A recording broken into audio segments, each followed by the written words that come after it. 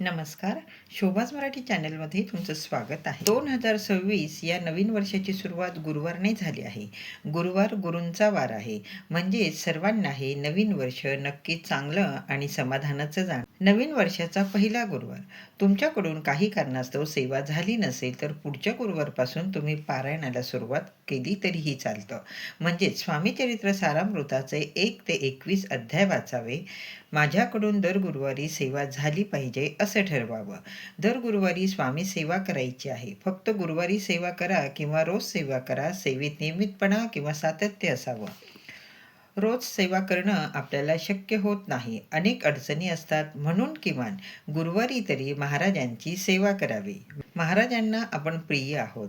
महाराजांना फक्त आपली सेवा पाहिजे आहे. बाकी काहीही नको असतं. 2026 हे सूर्याचं वर्ष आहे. म्हणून सूर्याचं व्रत करणं महत्त्वाचं आहे. संक्षिप्त श्री गुरुचरित्र तुम्ही वाचलं तरीही चालतं. गुरुबळ मजबूत व्हावं यासाठी सेवा करावी. गुरुचरित्र ग्रंथात म्हटलं आहे, जेव्हा देव आपल्यावर कोपतो तेव्हा गुरु आपल्याला तारतात. म्हणून सेवा करायची असते. महाराजांची सेवा करणं सोपं आहे. काहीही अवघड नाही. रोज देवाला महाराजांना आपण घरात स्वयंपाकामध्ये जे काही म्हणजेच वरण भात, भाजी पोळी, पिठलं भाकरी जे करत असतो त्याचा नैवेद्य दाखवायचा असतो. पण रोज आपलं जमत नाही. किमान गुरुवारी तरी नैवेद्य दाखवावा.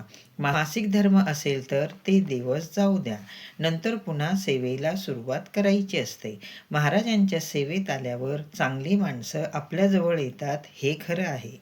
महाराजांची सेवा तर करून बघा. समाधान नक्की मिळतं. चांगला अनुभव येईल.